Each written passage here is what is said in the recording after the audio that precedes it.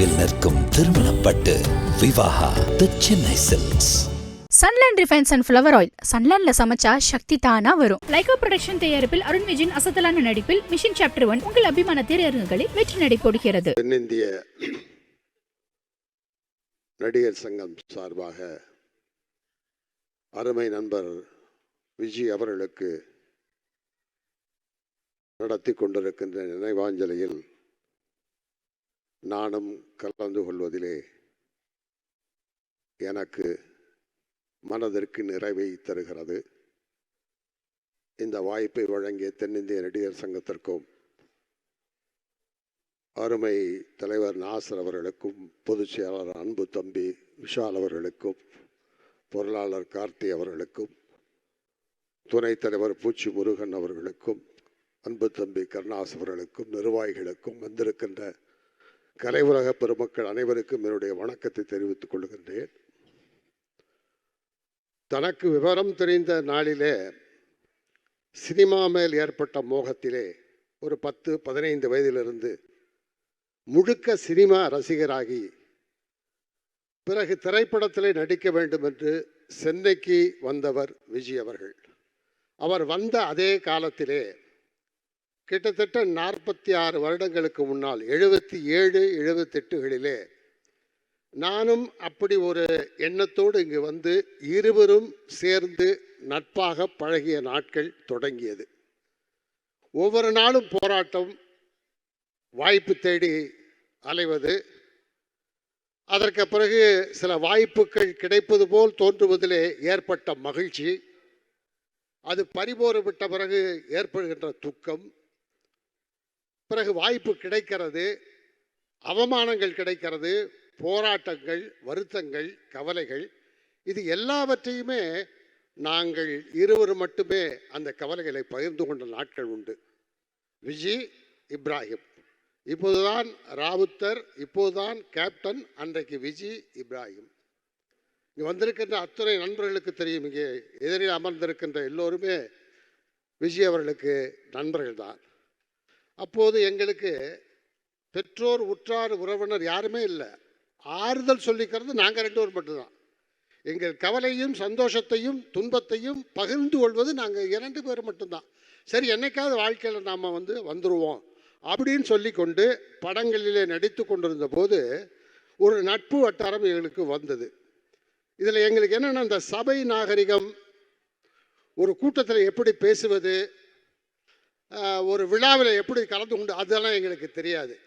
கிட்டத்தட்ட நாங்கள் ஊர்லேருந்து வந்த ஒரு ரா மெட்டீரியலாகவே இருந்தோம். இன்று வரைக்கும் அப்படித்தான் இருக்கோம். விஜய் அவர்கள் மறைவு வரைக்கும் ரா மெட்டீரியலாக தான் இருந்தார்.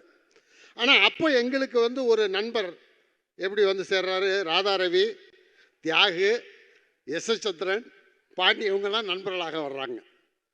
இதில் என்னென்னா, எனக்கு விஜய்க்கு அடிக்கடி சண்டை வரும். ஏதாவது ஒரு சின்ன பிரச்சனை 2 பேரும் சண்டை போட்டுக்குவோம். இந்த சண்டையை சமாதானம் செய்கிறது யாருன்னா ராதாரவி, சண்டையை இன்னும் மூட்டி வர்றது யாருன்னா எஸ்.எஸ். சந்திரன். சரி, இது இப்படியே போயிட்டு இருக்குன்னா தியாகம் என்ன பண்ணுவான், ஏதாவது காமெடி பண்ணி எங்களை காம்ப்ரமைஸ் பண்ணுவான். அந்த இதுக்கிடையில் பாண்டிய உள்ள போந்து என்னத்துக்காக சண்டை போடுறோம், என்ன விஷயமே தெரியாமல், ஆனால் நீங்கள் பேசுனது தப்புன்னு, ஆனால் நீங்கள் பேசுனது சரின்னு சொல்லி இப்படி ஒரு கள்ளங்கபடமற்ற ஒரு ஆனந்தமான ஒரு மகிழ்ச்சியான நாட்கள். ஒவ்வொருத்தரும் ஒவ்வொரு பாதையில் கரைத்துறையில் போய்கிட்டே இருக்கும்போது விஜய் அவர்களுக்கு ஒரு பாதை, அந்த பாதையை அமைத்து கொடுத்தவர் மதிப்பிற்குரிய எஸ்.ஏ. சந்திரசேகர் அவர்கள். ஒரு பெரிய அங்கீகாரத்தை கொடுத்து, அதற்கு பிறகு சறுக்கல் ஏற்பட மீண்டும் வெற்றியை கொடுத்து, அதை தொடர்ந்து ராமநாராயணன் அவர்களுடைய படங்களிலே தொடர்ந்து அவர் நடிக்கிறார். நிறைய இயக்குநர்கள் அவர்களுக்கு அங்கீகாரம் கொடுக்கிறார்கள். அப்போது திரைப்பட கல்லூரியிலிருந்து ஆபாவணனுடைய குழுவினர்கள் வருகிறார்கள். அவர்கள் வந்த பிறகு திரைப்பட கலைஞர்கள் மூலம், திரைப்பட கல்லூரி மூலம் இன்னொரு பரிணாமத்தை அன்பர் விஜய்க்கு அவர்கள் அடையாளம் காட்டுகிறார்கள். ஒரு வெற்றி கோலத்தை போடுகிறார்கள். அந்த கோலத்திற்கு புள்ளி வைத்தவன் நான் என்கின்ற பெருமை எனக்கு உண்டு என்பதை நான் இங்கு மகிழ்ச்சியோடு சொல்லிக் கொள்கிறேன்.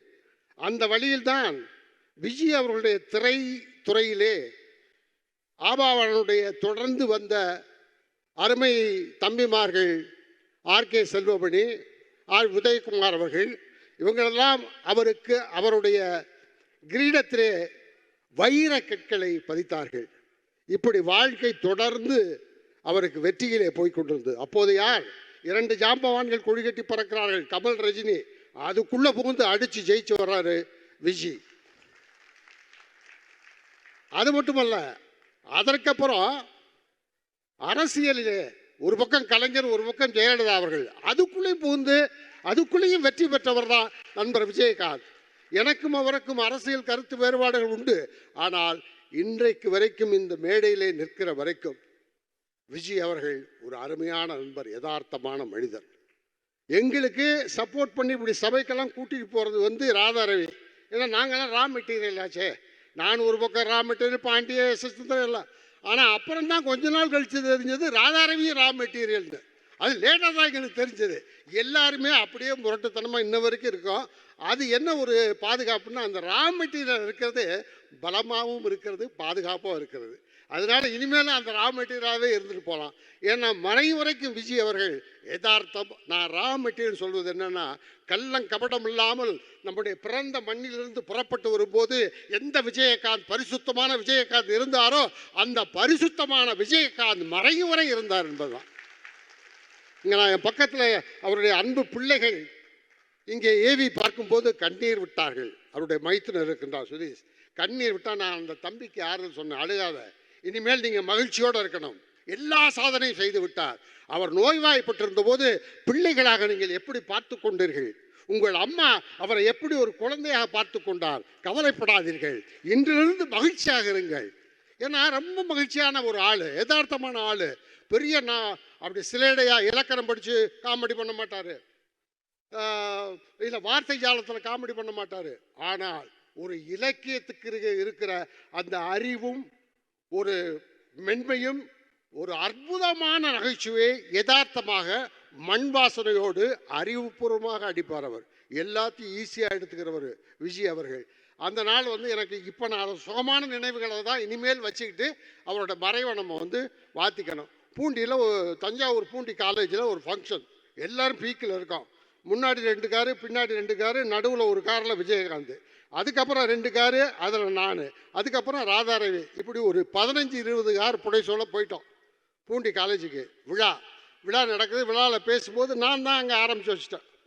ஏதோ ஒரு வசனம் ஒரு நடிக்க சொன்னாங்க. நடிச்சுக்கிட்டே இருக்கும்போது ஒரு மாணவன் எழுந்து ஏதோ ஒன்று சொல்லிட்டா எனக்கு கோவம் வந்துருச்சு. நான் ஒரு வார்த்தையை சொல்லிட்டேன், பெரிய தகராறாகி போச்சு. அடுத்து அங்கேருந்து அந்த ஆடிட்டோரியத்திலேருந்து மெயின் கேட்டுக்கு போகிறதுக்கு 1 கிலோமீட்டர் இருக்குது.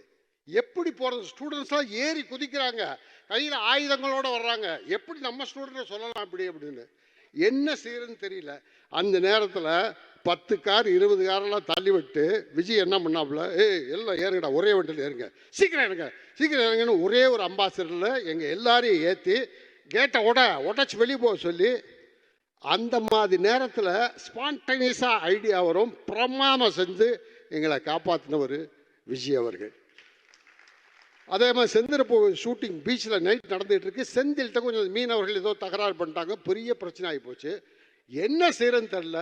ஒரே ஆள் ரிஃப்ளெக்டரோட அந்த ஸ்டாண்ட் எடுத்து அடித்து அத்தனை கூட்டத்தையும் ஒதுக்குனார் விஜய். அதே மாதிரி நகைச்சுவைனா அருமையான நகைச்சுவை. நான், ராதாரவி, பாண்டியா எல்லாரும் கல்யாணத்துக்கு போகிறோம். ஹோட்டல் இம்பீரியலில் கல்யாணம், எக்மோரில் இருக்க இம்பீரியலில். இப்போ வண்டியில் ஏறிட்டு பாண்டியா சொல்கிறான், டே அவங்க அசிஸ்டன்ஸ் எல்லாம், எல்லா ஹோட்டல் இம்பீரியலுக்கு வந்துருங்கடா அப்படின்னா. உடனே ராதாரவி முன்னாடி உட்காந்துருந்தான். ரவி சொன்னா, டே இம்பீரியல் இல்லைடா, என்னடா ஊர்லேருந்து வந்துட்டானுங்கடா, நடிக்க வந்துட்டானுங்க, ஒன்றும் தெரிய மாட்டேங்க இவனோட. யார்? என்ன, விஜய், பாண்டி எல்லாரும். ஷோப்பா, இதுக்கு தாண்டா நான் எங்களை மேய்க்கிற பெரிய. இம்பீரியல் இல்லை பாண்டியா, இம்பீரியல் சொல்லு, இம்பீரியல் அடையாடா அப்படின்னா. பின்னாடி சீட்டில் பாண்டியன், நான், இந்த பக்கம் விஜய். நான் அப்படி கேஷுவலாக திரும்பி பார்த்தா விஜய் இல்லை. நான் சொன்னேன், தம்பி இங்கே மாட்டியாச்சு, ஒரு ஆள் மாட்டிக்கிட்டாப்ல அப்படின்னு. என்ன விஜய் இப்போ என்ன சொல்லிக்கிட்டு இருந்தேன்? அடுத்து என்ன தடவை கேட்பீங்க, அதான்டா நான் சொல்லி பார்த்துக்கிட்டேன். இதை விட ஒரு மென்மை வேண்டுமா? இதை விட ஒரு குழந்தைத்தன்மை வேண்டுமா? இதையெல்லாம் நினச்சிட்டு சந்தோஷப்படுவான். சாதிச்சிட்டாரு, பொது வாழ்க்கையில் சாதிச்சிட்டாரு, திரைத்துறையில் சாதிச்சிட்டாரு, அரசியலில் சாதிச்சிட்டாரு. இன்னைக்கு இங்க இருக்கிற உண்மையில நான் சொல்றேன், இங்க இருக்க அத்தனை பேரும் உணர்வுபூர்வமாக, யாருமே போலித்தனமாக இங்கு வந்து நிற்கவில்லை. உணர்வுபூர்வமாக விஜயகாந்துக்கு மரியாதை நடிகர் சங்கம் செலுத்திக் கொண்டிருக்கிறது. ஆகவே அந்த அன்பு பிள்ளைகளுக்கு சொல்றேன், மைத்துனருக்கு சொல்றேன், வீட்டில் தங்கச்சிக்கு சொல்லிடுங்க, மகிழ்ச்சியா இருப்போம், எல்லாத்தையும் சாதிச்சுட்டாரு.